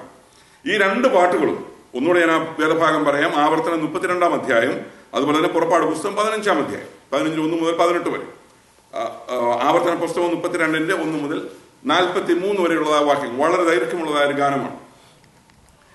ഈ 2 പാട്ടുകളും പറയുന്നുണ്ടെങ്കിലും ഇതിലേത് പാട്ടാണ് മോശയുടെ 2 പാട്ടുകൾ ഈ പഴയ നിയമത്തിലുള്ളതിൽ ഏത് പാട്ടാണ് ഇവിടെ ഈ പാടുന്നത് എന്നുള്ളതൊരു ക്വസ്റ്റ്യനാണ്. 2 പാട്ട് ഉള്ളതുകൊണ്ട് മോശയുടെ പാട്ട് അത് 2, ഈ പറഞ്ഞ 2 ഭാഗങ്ങളും മോശയുടെ പാട്ടാണ്. ഇപ്പോൾ മോശയുടെ 2 പാട്ടുകളിൽ ഏത് പാട്ടാണ് പാടിയത്? രണ്ടാമത്തെ പാട്ടാണ് ആവർത്തന പുസ്തകത്തിലെ പാട്ടാണ് എന്ന് ചിന്തിക്കുന്നവരുണ്ട്. എന്നാൽ കാരണം ആവർത്തന പുസ്തകത്തിലെ പാട്ടാണെന്ന് പറയാൻ കാരണം ഇവിടെ ഈ ഇസ്രായേലിനോടുള്ള ബന്ധത്തിൽ ഇസ്രായേൽ ദൈവത്തോട് അവിശ്വസ്തത കാണിച്ചതുകൊണ്ട് അവർക്കുണ്ടാകുന്ന ശിക്ഷയും അവർക്കുണ്ടാകുന്ന ന്യായവിധിയും അവർ കടന്നു പോകേണ്ടതായ വിഷയങ്ങളെ കുറിച്ച് കൂടുതൽ കാര്യങ്ങൾ ഈ ആവർത്തന പുസ്തകത്തിലെ പാട്ടിനകത്തുണ്ട്. അതിനോടുള്ള ബന്ധത്തിലാണ് ഒരു കൂട്ടം ആളുകൾ ആ പാട്ടാണ് പാടിയതെന്ന് പറയുന്നത്. പക്ഷെങ്കിൽ എനിക്ക് അതിനേക്കാൾ യോജിപ്പ് ഈ പുറപ്പാട് പുസ്തകത്തിലെ പാട്ടിനോടാണ്. പുറപ്പാട് പുസ്തകം മുമ്പേ പറഞ്ഞതിനിടയ്ക്ക് ഒരു പാട്ട് വിട്ടുപോയി. അതായത് ഇസ്രായേൽ മക്കൾക്ക് വെള്ളം കിട്ടിയപ്പോൾ ഒരു പാട്ട് പാടി. അതായത് പാറയടിച്ച് വെള്ളം കിട്ടിക്കഴിഞ്ഞപ്പോൾ ജനം ഒരു പാട്ട് പാടി. അങ്ങനെ ഒരു പാട്ടിവിടെ ഇടയിൽ കിടപ്പുണ്ട്. എന്നാൽ ഈ പുറപ്പാട് പുസ്തകം 15-ാം അധ്യായത്തിലെ പാട്ട് എന്ന് പറയുന്നത് ഇവിടെ നിങ്ങൾ ഓർക്കണം, ഇതിന്റെ പശ്ചാത്തലം വിജയത്തിന്റെ ഗാനമാണ്. വിജയത്തിന്റെ ഗാനം തങ്ങൾക്ക് വിജയം നൽകി എന്ന് മാത്രമല്ല, നീതിയോടുകൂടി വിധിക്കുന്ന ആരുണ്ട്? ഒരു ദൈവമുണ്ട്. ഇത് രണ്ടും ഈ പാട്ടിലെ വിഷയമാണ്. ഞങ്ങൾക്ക് വിജയം നൽകി എന്നുള്ളത് ഒരു കാര്യം, അല്ലെങ്കിൽ ഞങ്ങൾ വിജയം പ്രാപിച്ചു എന്നുള്ളതാണൊന്ന്. പക്ഷെങ്കിൽ ഞങ്ങൾക്ക് ദൈവം വിജയം നൽകിയതുപോലെ തന്നെ നീതിയോടുകൂടി വിധിക്കുന്ന ഒരു ദൈവമുണ്ട് എന്നും ഈ പാട്ടിനകത്ത് വരുന്നുണ്ട്. നമ്മൾ അത് ചിന്തിപ്പാൻ പോവുകയാണ്. അപ്പോൾ ആ വിഷയം കൂടെ വരുന്നത് കൊണ്ട് ആണ് പുറപ്പാട് പുസ്തകം 15-ാം അധ്യായത്തിലെ പാട്ടാണ് ഈ പാട്ട് ഇവിടെ പറയുന്നത് കൊണ്ട് പ്രധാനമായും ഉദ്ദേശിക്കുന്നത് പറയാൻ കാരണം ആ രംഗം ഇസ്രായേൽ മക്കൾ മിസ്രൈമിൽ നിന്നും എന്ത് ചെയ്തു? പുറപ്പെടുന്നു. ഇസ്രായേൽ മക്കൾ മിസ്രൈമിൽ നിന്നും പുറപ്പെട്ടു ചെങ്കടലിന്റെ തീരത്തെത്തും. ചെങ്കടൽ തീരത്ത് വന്ന ജനം ഭയന്നു വിറച്ചു. കാരണം പുറകിൽ ഫറവോനും സംഘവും, മുമ്പിൽ ചെങ്കടൽ. അവിടെ വെച്ച് തന്നെ ജനം ചോദിക്കാൻ തുടങ്ങി, ഞങ്ങൾക്ക് അവിടെ സ്ഥലമില്ലാഞ്ഞിട്ടാണോ മരുഭൂമി ഞങ്ങളെ കൊല്ലുവാൻ കൊണ്ടുവന്നത് എന്ന് ചോദിച്ച് ജനം ബഹളമുണ്ടാക്കി. പക്ഷെ മോശയോട് ദൈവം പറഞ്ഞു, നീ വടി നീട്ടണം. മോശ വടി നീട്ടി ചെങ്കടൽ അവരുടെ മുമ്പിൽ വിഭാഗിക്കപ്പെട്ടു. അവിടെ അക്കരെ കയറി കഴിഞ്ഞപ്പോൾ തിരിച്ച് വടി നീട്ടി അത് ചെങ്കടൽ എന്ത് ചെയ്തു? വീണ്ടും പൂർവാവസ്ഥയിലേക്ക് വന്നു. അവിടെ മുങ്ങിപ്പോയ ഒരു സംഘമുണ്ട്, ഫറവോനും സംഘവും അവിടെ അവസാനിച്ചു. ഈ ഫറവോനും സംഘവും അവിടെ അവസാനിച്ചപ്പോൾ അവിടെ എന്ത് നടക്കുകയായിരുന്നു? ഒരു ന്യായവിധി നടക്കുകയായിരുന്നു. ഇസ്രയേലിനെ ഇത്രയും നാൾ അടിമ നുഖത്തിൽ അമർത്തി വെച്ച് ഭരിച്ചതായ രാജാവും രാജാവിന്റെ സംഘവും ഈ കടലിൽ, ഈ ചെങ്കടലിൽ മുങ്ങുകയായിരുന്നു. അത് കഴിഞ്ഞപ്പോൾ അക്കരെ ഭയങ്കര പാട്ടായി. ഈ പാട്ടിൽ വിടുതലിന്റെ ഗാനമാണ്. ഞങ്ങളെ വിടുവിച്ച ദൈവത്തിന് സ്തോത്രം. നിങ്ങൾ എത്ര മനോഹരമായ ഗാനമാണെന്ന് ഓർക്കണം. ഈ പാട്ട് പാടിയ ആളുകളാണ് പിന്നീട് കുറച്ച് ദിവസം കഴിയുമ്പോൾ അവരുടെ അവസ്ഥ പിന്നെയും തടയുക എന്നുള്ളതാണ്. അപ്പോൾ ഈ മനോഹരമായ പാട്ട് പുറപ്പാടി ദൈവം നടത്തിയ വഴികൾ, ഫറവോനെയും സംഘത്തെയും ചെങ്കടലിൽ തള്ളിയിട്ടവൻ അവന്റെ ദയ എന്നേക്കുമുള്ളതെന്നുള്ള ആ നിലയിൽ മനോഹരമായ ഗാനം. അപ്പോൾ തങ്ങളെ വിജയത്തിലേക്ക് നടത്തി എന്നുള്ളതും തങ്ങളുടെ ശത്രുക്കൾക്ക് പ്രതികാരം ചെയ്തു എന്നുള്ളതും ഈ പുറപ്പാട് പുസ്തകം 15-ാം അധ്യായത്തിലെ പാട്ടിൽ അടങ്ങിയിട്ടുണ്ട്. ഇവിടെ നാം ഇനി ചിന്തിക്കാൻ പോകുന്ന, ഇവിടെ മോശയുടെ, ദൈവത്തിന്റെ ദാസനായ മോശയുടെ പാട്ട് പാടി എന്ന് പറയുമ്പോൾ ആ പാട്ടിൽ അടങ്ങിയിരിക്കുന്നതും ഇതുപോലുള്ളതായ വിഷയമാണ്. അടുത്ത വാക്യത്തിലേക്ക് വരാം. അവിടെ 4-ാം വാക്യം.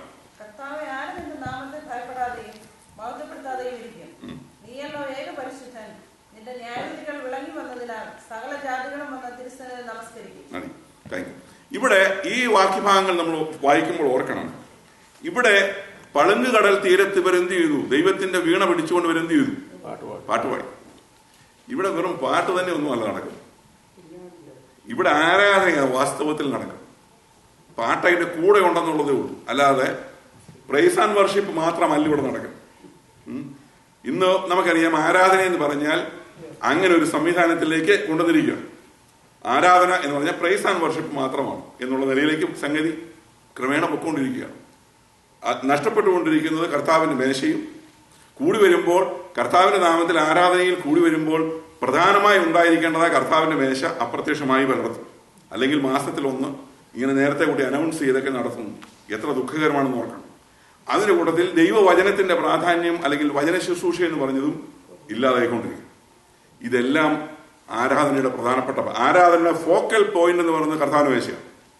അതില്ലാത്ത ആരാധന എന്തോ ആരാധനയാണ്. ഇനി ദൈവവചനം എന്ന് പറയുന്നത് വളരെ പ്രധാനപ്പെട്ടതായ വിഷയമാണ്. പാട്ടും അതിനോട് ചേർന്ന് തന്നെ നിൽക്കും. എന്നാൽ ഇവിടെ നിങ്ങൾ ഓർക്കണം, ദൈവത്തെ ഇവിടെ അവർ പറയുന്ന വാക്കുകൾ നോക്കാം. 3-4 വാക്യങ്ങളിൽ അവിടെ പറയുന്നത് ഇങ്ങനെയാണ്: സർവശക്തിയുള്ളതായ ദൈവമായ കർത്താവേ. എൽഷദായി എന്നുള്ളതായ നിലയിൽ അബ്രഹാമിന്റെ മുമ്പിലാണ് ദൈവം പ്രത്യക്ഷപ്പെട്ടു പറഞ്ഞു, ഞാൻ ആരാണ്? ഞാൻ സർവശക്തനായ ദൈവമാവും. സർവശക്തനായ ദൈവം. അപ്പോൾ എൽഷദായി എന്നുള്ളതായ വാക്ക്, ദൈവത്തെ കുറിച്ച് മനോഹരമായ വാക്ക് വിളിക്കുകയാണ്. സർവശക്തിയുള്ള ദൈവമായ കർത്താവേ, നിന്റെ പ്രവർത്തികൾ വലുതും അത്ഭുതവുമായവ. ദൈവമേ, നിന്റെ പ്രവർത്തികൾ വലിയവയാണ്, നിന്റെ പ്രവർത്തികൾ അത്ഭുതമാണ്. അടുത്തത്, സർവ ജാതികളുടെയും രാജാവേ. സകല ജാതികളുടെയും അല്ലെങ്കിൽ സകല രാജ്യങ്ങളുടെയും എന്നുള്ളതായ അതാണ് അതിന്റെ ശരിയായ പ്രയോഗം. സകല രാജ്യങ്ങളുടെയും, സകല രാജ്യങ്ങളുടെയും രാജാവേ, അല്ലെങ്കിൽ രാജാവേ എന്നുള്ളതായ നിലയിൽ രാജാതി രാജാവേ, നിന്റെ വഴികൾ എന്താണ്? നിന്റെ വഴികൾ നീതിയും സത്യവുമാണോ? നീ നീതിയോടെ വിധിക്കുന്ന ദൈവമാണ്. നിന്റെ മാർഗം സത്യമാണ്. നീ സത്യത്തോടും നീതിയോടും കൂടി വിധിക്കുന്ന ദൈവമാണ് എന്ന് പറഞ്ഞ് ദൈവത്തെ വർണ്ണിക്കുന്ന അല്ലെങ്കിൽ ദൈവത്തിന്റെ ആട്രിബ്യൂട്ട്സ് പറഞ്ഞ് ദൈവത്തിന് മഹത്വം കരയറ്റുകയാണ് 1-ാം ഭാഗത്ത് നാം കാണുന്നത്. അടുത്ത ഭാഗം, കർത്താവേ, ആര് നിന്റെ നാമത്തെ ഭയപ്പെടാതെയും മഹത്വപ്പെടുത്താതെയും ഇരിക്കും? ഈ പീഡാകാലഘട്ടത്തിലെ ദൈവമക്കൾ ചോദിക്കുകയാണ്, കർത്താവേ, ആര് നിന്റെ നാമത്തെ ഭയപ്പെടാതിരിക്കും? ഓർക്കണം, അപ്പോഴും ഭൂമിയിൽ ഒരു കൂട്ടം ആളുകളുണ്ടോ എന്ത് ചെയ്യാത്തവർ? ഭയപ്പെടാത്തവരെ. ഈ മൃഗത്തോടുള്ള ബന്ധത്തിൽ, എതിർ ക്രിസ്തുവിന്റെ സംവിധാനത്തോടുള്ള ബന്ധത്തിൽ ചേർന്ന് പോകുന്ന ഒരു കൂട്ടം ആളുകളുണ്ട്. അവിടെ ഈ വിശുദ്ധന്മാർ ചോദിക്കുന്നു, കർത്താവെ, ആര് നിന്റെ നാമത്തെ ഭയപ്പെടാതെയും മഹത്വപ്പെടുത്താതെയും ഇരിക്കും? നീയല്ലോ ഏക പരിശുദ്ധൻ. നിന്റെ ന്യായവിധികൾ വിളങ്ങി വന്നതിനാൽ സകല ജാതികളും വന്ന് തിരുസന്നിധിയിൽ നമസ്കരിക്കും. അപ്പോൾ ഇത് നടക്കാൻ പോകുന്ന വേറൊരു കാര്യമാണ്. അപ്പോൾ ഈ വന്ന വിശുദ്ധന്മാർ പറയുകയാണ്, സകല ജാതികളും നിന്റെ മുമ്പിൽ നമസ്കരിക്കുന്ന ഒരു ദിവസം വരുന്നുണ്ട്. ഇവർ ഇപ്പോൾ പളുങ്കുകടൽ തീരത്ത് എത്തി നിൽക്കുകയാണ്. അവർ വിജയാളികളായിട്ട് പളുങ്കുകടലിന്റെ തീരത്തെത്തി. പീഡയുടെ കാലഘട്ടത്തിൽ, അല്ലെങ്കിൽ എതിർ ക്രിസ്തുവിന്റെ കാലഘട്ടത്തിൽ, ആ സംവിധാനത്തിന്റെ നടുവിൽ ജീവൻ വലുതായി എണ്ണാതെ ദൈവസിംഹാസനത്തിന്റെ അടുത്ത് പളുങ്കുകടലിന്റെ തീരത്തെത്തി നിൽക്കുന്ന ഈ വിശുദ്ധന്മാർ ദൈവത്തിന്റെ വീണയും കരത്തിൽ പിടിച്ചുകൊണ്ട് അതിമനോഹരമായി പാടുകയും ദൈവത്തെ വർണ്ണിക്കുകയും ദൈവത്തിന് സ്തോത്രവും ദൈവത്തിന് സ്തുതിയും ദൈവത്തിന് മഹത്വവും കൊടുത്തുകൊണ്ട് ദൈവത്തിന്റെ ആട്രിബ്യൂട്ട്സ്, അല്ലെങ്കിൽ ദൈവത്തിന്റെ സ്വഭാവങ്ങളെ വർണ്ണിച്ചുകൊണ്ട് ഈ വിശുദ്ധന്മാർ പാടുകയാണ്. അടുത്തത് 5-6 വാക്യങ്ങൾ വായിക്കും. ഇതിന്റെ ശേഷം സ്വർഗ്ഗത്തിലെ സാക്ഷികൂടാരമായ ദേവാലയം തുറന്നത് ഞാൻ കണ്ടു. 7 പാതകൾ 7 ദൂതന്മാരും ശുദ്ധവും ശുഭ്രവുമായുള്ള ശണവസ്ത്രം ധരിച്ചും മാറത്ത് പൊക്കച്ച കെട്ടിയും കൊണ്ട് ദൈവാലയത്തിൽ നിന്ന് പുറപ്പെട്ടു വന്നു. ഇപ്പോൾ നാം ചിന്തിച്ചു കഴിഞ്ഞ ഭാഗം വലിയ കുഴപ്പമില്ല. കാരണം വളരെ മനോഹരമായ ഒരു രംഗമാണ്. ദൈവസിംഹാസനത്തിന്റെ മുമ്പിൽ പളുങ്കുകടൽ തീരത്ത് വിശുദ്ധന്മാരുടെ ഒരു വലിയ സംഘം ദൈവത്തിന്റെ വീണയും പിടിച്ച് മോശയുടെയും കുഞ്ഞാടിന്റെയും പാട്ട് പാടുന്നു. കുഞ്ഞാടിന്റെ പാട്ടിനെ കുറിച്ച് ഞാൻ പറഞ്ഞില്ല, മോശയുടെ പാട്ടേ പറഞ്ഞു. കുഞ്ഞാടിന്റെ പാട്ട് എന്ന് പറയുന്നതിനെ കുറിച്ച് വെളിപ്പാട് പുസ്തകം 4-ാം അധ്യായത്തിൽ പാടുന്നൊരു പാട്ടുണ്ട്. ആ പാട്ടാണെന്ന് പറയുന്ന ചിലരുണ്ട്. അതായത്, കുഞ്ഞാടെ നീ അറക്കപ്പെട്ടു സകല ഗോത്രങ്ങളിലും ഭാഷയിൽ നിന്നും എന്ന് പറയുന്ന വിഷയം. പക്ഷെങ്കിൽ ഒരു കാര്യം ഉറപ്പാണ്, കർത്താവായ യേശു ക്രിസ്തുവിന്റെ കൂടെ ഉള്ളതായ രക്ഷ എന്ന് പറയുന്നത് അംഗീകരിച്ച ഒരു സമൂഹമാണ്. അത് ശരിയാണ്. എന്നല്ലാതെ വെളിപ്പാട് പുസ്തകം 4-ാം അധ്യായത്തിൽ മൂപ്പന്മാർ പാടുന്ന പാട്ടാണെന്നുള്ള അഭിപ്രായം എനിക്കില്ല. എന്നാൽ കൃപ എന്നുള്ളതായ വിഷയം, അതായത് യേശുക്രിസ്തു മുഖേന ലഭിച്ച കൃപ, അതും കൂടെ ചേർന്നാണ് ഈ പാട്ട്. അതായത് ന്യായപ്രമാണത്തിന്റെ പാട്ട് തന്നെയല്ല. മോശയുടെ ദൈവത്തിന്റെ ദാസനായ മോശയുടെ ഗാനം എന്ന് പറയുന്നത് ന്യായപ്രമാണ യുഗത്തിലെ പാട്ടാണ്, ദൈവം നടത്തിയ വഴി. അപ്പോൾ കൃപായുഗത്തിൽ ഈ പീഡാകാലഘട്ടത്തിന് തൊട്ട് മുമ്പ് വരെ സഭ ഭൂമിയിലായിരുന്നത് വരെ ഇവിടെ ഉണ്ടായിരുന്ന ആ സംവിധാനത്തെ കൂടെ ഓർത്തു. അല്ലെങ്കിൽ പീഡയിലൂടെ കടന്നു പോകുന്ന ഈ ദൈവമക്കളോട് കൂടെ ദൈവത്തിന്റെ കരുതലും ദൈവത്തിന്റെ കൃപയും അവർക്കുണ്ടായതാണ്. കൃപ എന്ന് പറയുന്ന വിഷയം ഇതിൽ അടങ്ങിയിട്ടുണ്ട് എന്നുള്ളത് സത്യമാണ്. എന്നല്ലാതെ യേശുക്രിസ്തുവിനും പ്രാധാന്യം കൊടുക്കുന്നു, മോശയുടെ ഗാനത്തിനും പ്രാധാന്യം, ഇത് രണ്ടും മിക്സ് ചെയ്ത്, അല്ലെങ്കിൽ രണ്ടിലെയും ആശയങ്ങൾ പഴയ നിയമത്തിലെയും പുതിയ നിയമത്തിലെയും ഉള്ള ബന്ധത്തിൽ ഈ ഗാനം നിൽക്കുന്നു എന്നുള്ളതാണ്. അതുകൊണ്ട് മനസ്സിലാക്കേണ്ടത് ഇതാണ്, ഈ പാട്ട് ഇവിടെ പാടുന്ന സംഘം ആര് മാത്രമല്ല, യഹൂദന്മാർ മാത്രമല്ല. കാരണം പഴയ നിയമം ഈ സഭ എടുത്തുകൊള്ളപ്പെട്ടതിന് ശേഷം ഇതൊരു വലിയ സംഘമാണ്. സഭ എടുത്തുകൊള്ളപ്പെട്ടതിന് ശേഷം നമുക്കറിയാം 144,000 സുവിശേഷകന്മാർ രാജ്യത്തിന്റെ സുവിശേഷമായിട്ട് കടന്നുപോയി. അതൊന്ന്. രണ്ടാമതായിട്ട്, അതായത് എണ്ണിയ മുദ്രയേറ്റതായ 144,000. അതിനുശേഷമായിട്ട് 2 സാക്ഷികളെ ദൈവം ഭൂമിയിലേക്ക് അയച്ചു. അവർ മുഖേന എന്ത് ചെയ്തു? ദൈവത്തിന്റെ പ്രവർത്തനങ്ങൾ നടന്നു. അതുകൂടാതെ ദൈവത്തിന്റെ സംവിധാനങ്ങൾ ഉപയോഗിച്ച് ദൈവം പ്രപഞ്ചത്തിൽ പല ദൃഷ്ടാന്തങ്ങൾ, അടയാളങ്ങൾ കാണിച്ചു കൊടുത്തു.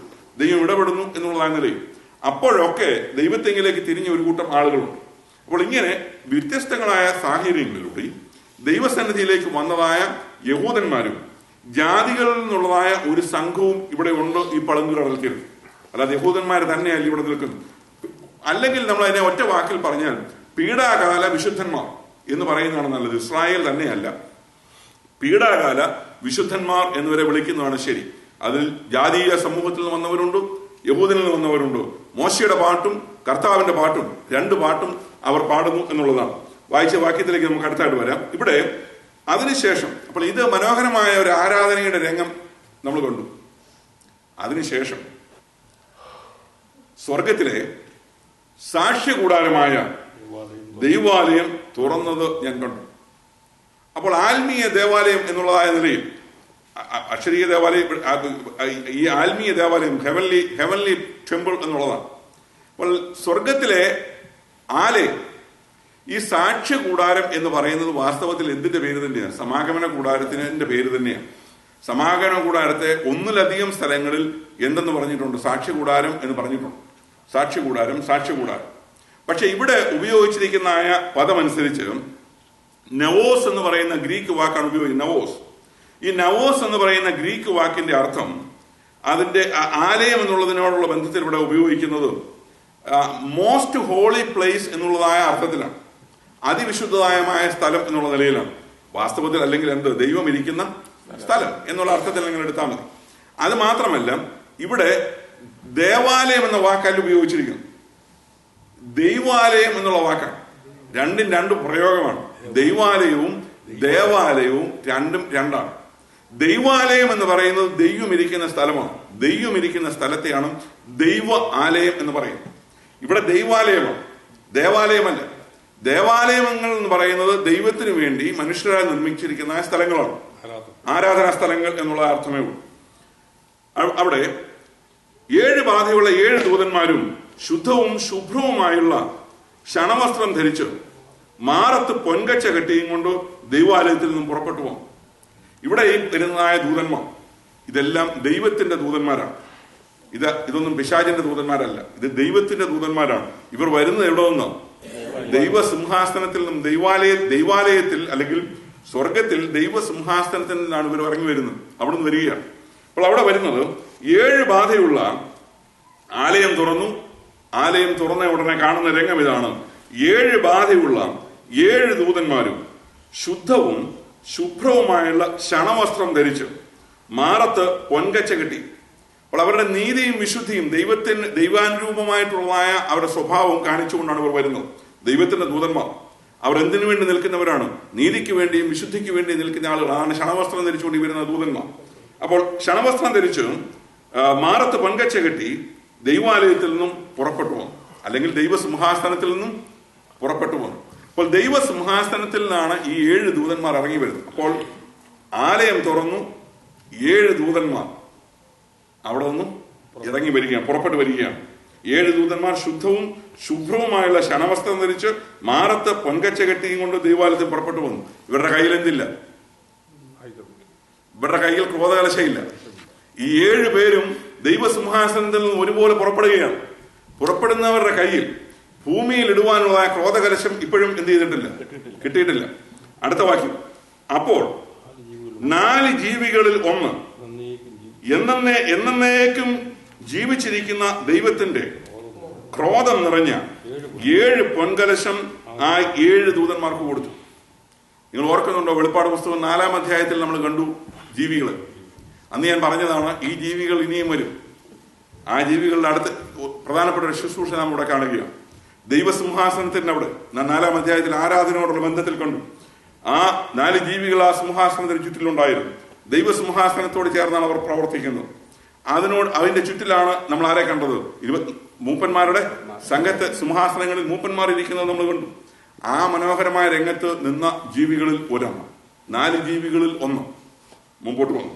ആ 4 ജീവികളിൽ ഒന്ന് എന്നേക്കും ജീവിച്ചിരിക്കുന്ന ദൈവത്തിന്റെ ക്രോധം നിറഞ്ഞ 7 പൊൻകലശം 7 ദൂതന്മാർക്ക് കൊടുത്തു. അപ്പോൾ മാറത്ത് ഈ ക്ഷണവസ്ത്രം ധരിച്ച് വരുന്ന ദൈവത്തിന്റെ ആജ്ഞ ശിരസാ വഹിച്ച് പുറപ്പെടുന്ന ദൂതന്മാരുടെ അരികിലേക്ക് 4 ജീവികളിൽ ഒരു ജീവി കടന്നു വന്നു. അവന്റെ കയ്യിൽ 7 ക്രോധകലശങ്ങൾ ഉണ്ടായിരുന്നു. ആ 7 ക്രോധകലശങ്ങൾ ഈ ജീവി 7 ദൂതന്മാരുടെ കയ്യിൽ കൊടുത്തു. അപ്പോൾ ദൈവത്തിന്റെ തേജസ്സും ശക്തിയും ഹേതുവായിട്ട് ദൈവാലയം പുക കൊണ്ട് നിറഞ്ഞു. 7 ദൂതന്മാരുടെ ബാധ 7 കഴിയുവോളവും ദൈവാലയത്തിൽ കടക്കുവാൻ ആർക്കും കഴിഞ്ഞില്ല. ആലയം പുക കൊണ്ട് നിറഞ്ഞു എന്നുള്ളത്. ദൈവാലയം പുക കൊണ്ട് നിറഞ്ഞു. അപ്പോൾ ആലയം പുക കൊണ്ട് നിറഞ്ഞു. ആലയം പുക കൊണ്ട് നിറഞ്ഞാൽ ആലയത്തിലെ പുക കുന്തിരിക്കത്തിന്റെ പുകയായിരുന്നില്ല, അല്ലെങ്കിൽ ഏതെങ്കിലും വസ്തുവകകൾ ആലയത്തിൽ പുകച്ചതിന്റെ പുകയല്ല. ദൈവ സാന്നിധ്യം എന്നുള്ളതാ നിലയിൽ നാം പഴയ നിയമത്തിൽ കാണുന്നത്, അല്ലെങ്കിൽ സ്വർഗം എന്ന് പറയുന്ന സ്ഥലത്തോടുള്ള ബന്ധത്തിൽ നാം കാണുമ്പോൾ, ദൈവസിംഹാസനത്തോടുള്ള ബന്ധത്തിൽ കാണുമ്പോൾ, മോശയുടെ കാലത്തുണ്ടാക്കിയ സമാഗമന കൂടാരത്തിൽ ദൈവ തേജസ് ഇറങ്ങി വസിച്ചതായതിനോടുള്ള ബന്ധത്തിലൊക്കെ പറയുമ്പോൾ ചില സ്ഥലങ്ങളിൽ മേഘം നിറഞ്ഞു എന്നുള്ള നിലയിലാണ്, ദൈവത്തിന്റെ മഹത്വം എന്നുള്ളതായ നിലയിലാണ്. ചില സ്ഥലങ്ങളിൽ ആലയം പുക കൊണ്ട് നിറഞ്ഞു എന്നുള്ളതാണ് കാണുന്നത്. അതും ദൈവത്തിന്റെ മഹത്വത്തോട് ദൈവപ്രവർത്തിയോട് ബന്ധപ്പെട്ട് നിൽക്കുന്നതാണ്. അതിന് ഏറ്റവും നല്ല എക്സാമ്പിൾ യെശയ്യാ പ്രവചനം 6-ാം അധ്യായത്തിൽ ഉസിയ രാജാവ് മരിച്ചപ്പോൾ കർത്താവ് ഉയർന്നും പൊങ്ങിയുമുള്ളതായ സിംഹാസനത്തിൽ ഇരിക്കുന്നത് ഞാൻ കണ്ടു. അവിടെ സാറാഫുകളുടെ ദർശനം ആര് കണ്ടു? യെശയ്യാവ് കണ്ടു. അവിടെ തന്നെ യെശയ്യാവ് പറഞ്ഞു, അവിടെ സാറാഫുകൾ നിന്നുകൊണ്ടു, ഓരോന്നിനും 6 ചിറകുകൾ ഉണ്ടായിരുന്നു, അവർ ഓരോരുത്തരും നിന്നുകൊണ്ടു സൈന്യങ്ങളുടെ യഹോവ പരിശുദ്ധൻ പരിശുദ്ധൻ പരിശുദ്ധൻ എന്ന് ആർത്തുകൊണ്ടിരുന്നു എന്ന് പറഞ്ഞപ്പോൾ അവർ ആർത്തുകൊണ്ടിരുന്ന സമയത്ത് ഉമ്മരപ്പടികൾ എന്ത് ചെയ്തു? കുലുങ്ങി എന്നുള്ളതായ നിലയിൽ പറഞ്ഞു. അതിനുശേഷം അവിടെ പറയുന്ന ഒരു കാര്യമുണ്ട്, ആലയം എന്ത് ചെയ്തു? ആലയം പുകകൊണ്ടു പറഞ്ഞു. ആ മനോഹരമായ ദർശനം കണ്ടു കഴിഞ്ഞപ്പോൾ യെശയ്യാവ് വിളിച്ചു പറഞ്ഞു, അയ്യോ ഞാൻ അരിഷ്ട മനുഷ്യൻ. അതിനു മുമ്പുള്ള യെശയ്യാവിനെ അല്ല അവിടെ. അതിനു മുമ്പ് യെശയ്യാവ് പറഞ്ഞു, ഈ ജനത്തിന് കഷ്ടം, അവർക്ക് കഷ്ടം വരുന്നു, അവർക്ക് നാശം വരുന്നു, അവർക്ക് എന്നുള്ളതായ നിലയിലാണ് യെശയ്യാവ് വിളിച്ചു പറയുന്നത്. പക്ഷെങ്കിൽ മനോഹരമായ ദർശനം, ആലയം പുക കൊണ്ട് നിറഞ്ഞതായ സമയത്ത് ഉസിയ രാജാവ് മരിച്ചപ്പോൾ ആ മനോഹരമായ ദർശനത്തിലേക്ക് യെശയ്യാവ് നടത്തപ്പെട്ടപ്പോൾ ആലയം പുക കൊണ്ട് നിറഞ്ഞപ്പോൾ യെശയ്യാവ് പറഞ്ഞു, അയ്യോ ഞാൻ അരിഷ്ട മനുഷ്യൻ, ഞാൻ ശുദ്ധിയില്ലാത്ത അധരങ്ങളുള്ളതായ മനുഷ്യൻ. അവിടാണ് സാറാഫുകൾ ഒരുത്തൻ കുടലുകൊണ്ട് ഒരു തീക്കനലെടുത്ത് അവന്റെ നാവിനെ തൊടുവിച്ചു, അവൻ ശുദ്ധിയുള്ളവനായി തീർന്നു എന്ന് പറയുന്നു. ഇവിടെ മനോഹരമായ ഒരു രംഗമാണ് നാം ഇവിടെ കാണുന്നത്. ആലയം, ദൈവാലയം ദൈവ സാന്നിധ്യത്താൽ നിറഞ്ഞു നിൽക്കുകയാണ്. അവിടേക്ക് ആർക്കും പ്രവേശിപ്പാൻ കഴിയാതെ വണ്ണം ദൈവ സാന്നിധ്യം നിറഞ്ഞു നിൽക്കുകയാണ്. എന്ന് പറഞ്ഞാൽ ദൈവത്തിന്റെ പ്രവർത്തനത്തിലേക്ക് ഇനിയും മറ്റൊന്നും കടന്നു വരുന്നില്ല, അല്ലെങ്കിൽ മറ്റൊന്നിനും സ്വാധീനിക്കുവാൻ കഴിയാതെ വണ്ണം ക്രോധകലശം എന്ന് പറയുന്നത് ഭൂമിമേൽ പതിക്കാൻ പോവുകയാണ്. യാതൊരു ഒഴിവില്ലാതെ വണ്ണം ദൈവത്തിന്റെ ക്രോധം അതിന്റെ പാരമ്യതയിൽ എത്തി നിൽക്കുന്നു എന്നുള്ളതാണ് ഈ രംഗം നമ്മളെ കാണിക്കുന്നത്. അതിന്റെ പാരമ്യതയിൽ എത്തി നിൽക്കുകയാണ്. മനുഷ്യന് ദൈവം അവസരങ്ങൾ കൊടുത്തു ഇവിടെ വരെയെത്തി. വീണ്ടും ദൈവം അവസരങ്ങൾ നൽകി. വീണ്ടും മനം തിരിയുവാൻ ദൈവത്തിന്റെ ദാസന്മാരെ അയക്കുന്നു. മടങ്ങി വരുവാനുള്ള ആഹ്വാനം ദൈവം മനുഷ്യന് മുമ്പിൽ വെക്കുന്നു. പക്ഷെങ്കിൽ മടങ്ങി വരുവാൻ മനുഷ്യന് മനസ്സില്ലായിരുന്നു എന്നുള്ളതാണ്. മനുഷ്യന് മനസ്സില്ലാത്ത മനുഷ്യനോട് ദൈവം ചോദിക്കുന്നു, ഞാൻ നിന്നോട് കണക്ക് തീർക്കുന്നതായ നാളിൽ നിന്റെ കരങ്ങൾ ബലപ്പെട്ടിരിക്കുമോ എന്നുള്ളത്. മലാഖി വിളിച്ചു പറഞ്ഞു, ചൂള പോലെ കത്തുന്ന ഒരു ദിവസം വരും, അന്ന് അഹങ്കാരികളും സകല ദുഷ്പ്രവർത്തിക്കാരും താളടിയാകും എന്നുള്ളത് മലാഖി പ്രവചനത്തിൽ വിളിച്ചു പറഞ്ഞതായ വാചകങ്ങളാണ്. യെശയ്യാ പ്രവചനത്തിലും യഹസ്കേലിലും സെഫന്യാവിലും ആമോസിന്റെയും എല്ലാം പ്രവചനങ്ങളിൽ എല്ലാം നിറഞ്ഞു നിൽക്കുന്ന പ്രവാചകന്മാർ ഒരുപോലെ വിളിച്ചു പറഞ്ഞ ഒരു കാര്യമാണ് അന്ത്യ ന്യായവിധി എന്നുള്ളത്. യഹോവയുടെ വലുതും ക്രോധവും നിറഞ്ഞതായ വലുതും ഭയങ്കരവുമായ ന്യായവിധിയെ കുറിച്ച് ദൈവത്തിന്റെ വചനം മാറ്റമില്ലാതെ നമ്മളെ വിളിച്ചറിയിക്കുന്നു. ഇവിടെ ഈ വിശുദ്ധന്മാർ പളുങ്കുകടലിന്റെ മുമ്പിൽ പാടിക്കൊണ്ടിരിക്കുമ്പോൾ, പളുങ്കുകടലിന്റെ തീരത്ത് നിന്നുകൊണ്ട് അവരെ വീണ്ടെടുത്ത ദൈവത്തിന് സ്തോത്രം ചെയ്യുമ്പോൾ, അവരുടെ ജീവനെ അവർ വലുതായി എണ്ണാഞ്ഞ് കഷ്ടതയുടെയും പ്രയാസങ്ങളുടെയും നടുവിലൂടെ അവർ കടന്നു പോകേണ്ടി വന്നു. അതൊക്കെ ശരി, അതെല്ലാം അവർ മറന്നിട്ട് ദൈവസന്നിധിയിൽ നിന്ന് അവർ ദൈവത്തിന്റെ ദാസനായ മോശയുടെയും കുഞ്ഞാടിന്റെയും പാട്ടുകൾ പാടി സന്തോഷിക്കുന്ന സമയത്ത് മറുസൈഡിൽ നടക്കുന്ന വേറൊരു കാര്യമാണ്, 7 ക്രോധകലശങ്ങളുമായിട്ട് 7 ദൂതന്മാർ പുറപ്പെടുന്നു. മാറ്റമില്ലാത്ത ദൈവത്തിന്റെ ന്യായവിധി എന്ന് പറയുന്ന രംഗമാണ് നാം ഇവിടെ കാണുന്നത്. ഒരു സ്ഥലത്ത് ദൈവത്തോട് ചേർന്ന് നിന്നുകൊണ്ട് ഒരു കൂട്ടം വിശുദ്ധന്മാർ അവർ ദൈവസന്നിധിയിൽ ഗാനമാലപിക്കുന്നു, ദൈവത്തിന്റെ വീണയെടുത്തുകൊണ്ട് ദൈവത്തിനു വേണ്ടി പാടുന്നു. മറുവശത്ത് ക്രോധകലശങ്ങൾ ഒന്നൊന്നായി വീഴുകയാണ്. 7 ക്രോധകലശങ്ങളും എന്ത് ചെയ്തു കഴിഞ്ഞു? ദൈവസിംഹാസനത്തിൽ നിന്ന് വന്നതായ ജീവി 7 ദൂതന്മാരെ എന്ത് ചെയ്തു കഴിഞ്ഞു? ഏൽപ്പിച്ചു കഴിഞ്ഞു. ഇനിയും ഇത് തിരികെ വാങ്ങുന്നില്ല. ഇതിനെ ഇനിയും വേറെ യാതൊരു നീക്കുപോക്കും ഇവിടെ ഇല്ല എന്നുള്ളത് നമുക്ക് കാണുവാൻ കഴിയും. 7 ദൂതന്മാരുടെ ബാധ 7 കഴിയുമ്പോഴും ദൈവാലയത്തിൽ കടക്കുവാൻ ആർക്കും കഴിഞ്ഞില്ല എന്ന് പറഞ്ഞാൽ ഇനിയും എവിടേക്ക് പ്രവേശനമില്ല. ഈ ന്യായവിധി 7 ക്രോധകലശങ്ങളും അതിന്റെ ക്രമമനുസരിച്ച് ഭൂമിയിൽ ചൊരിയപ്പെട്ടതിന് ശേഷമല്ലാതെ എന്തില്ല, ഇവിടേക്ക് ആർക്കും പ്രവേശനമില്ല, കഴിഞ്ഞു. ഇതിനിടയിൽ ഒരു യാതൊരു നീക്കുപോക്കുമില്ലാത്തതുപോലെ ദൈവം വാതിലടച്ചു എന്നുള്ളതാണ്. എന്റെ വാക്കുകളെ ഞാനോട് അവസാനിപ്പിക്കുന്നു. കൃപായുഗത്തിൽ ഈ കാലഘട്ടത്തിൽ വാസ്തവമായി കർത്താവിനെ കണ്ടുമുട്ടുവാൻ ഭാഗ്യം ലഭിച്ച ദൈവമക്കളെ ഓർത്ത് ഞാൻ ദൈവത്തെ സ്തുതിക്കുന്നു. എന്നാൽ ഈ വചനം ഏതെങ്കിലും സാഹചര്യത്തിൽ ഇരുന്ന് കേൾക്കുന്ന എന്റെ പ്രിയപ്പെട്ടവരോട് എനിക്ക് പറയുവാനുള്ളത്, മാറ്റിവെക്കുവാൻ ഉള്ളതല്ല ഈ ദൈവത്തിന്റെ വചനം എന്ന് പറയുന്നത്. ദൈവത്തിന്റെ വലുതും ക്രൂരവും ഭയങ്കരവുമായ നാളെന്ന് പറയുന്നത് ഒരു സമൂഹം, ഒരു സഭ പഠിപ്പിക്കുന്ന ഉപദേശമല്ല. ദൈവത്തിന്റെ വചനം, വിശുദ്ധ ബൈബിൾ മാറ്റമില്ലാതെ രേഖപ്പെടുത്തിയിരിക്കുന്ന വസ്തുതയാണ് യഹോവയുടെ വലുതും ഭയങ്കരവുമായ ഒരു നാൾ വരുന്നു എന്നുള്ളത്. ആ ദൈവത്തിന്റെ ക്രോധത്തിൽ നിന്നും ഒഴിഞ്ഞു പോകുവാൻ ആഗ്രഹിക്കുന്നവർക്ക് ദൈവം വെച്ചിരിക്കുന്ന വഴി അവനെ, പുത്രനെ ചുംബിപ്പീൻ എന്നുള്ളതാണ്. അവൻ കോപിച്ചിട്ട് നിങ്ങൾ വഴിയിൽ വെച്ച് നശിക്കാതിരിക്കുവാൻ പുത്രനെ ചുംബിപ്പീൻ. ദൈവമായ കർത്താവ് നമ്മളെ സഹായിക്കുമാറാകട്ടെ.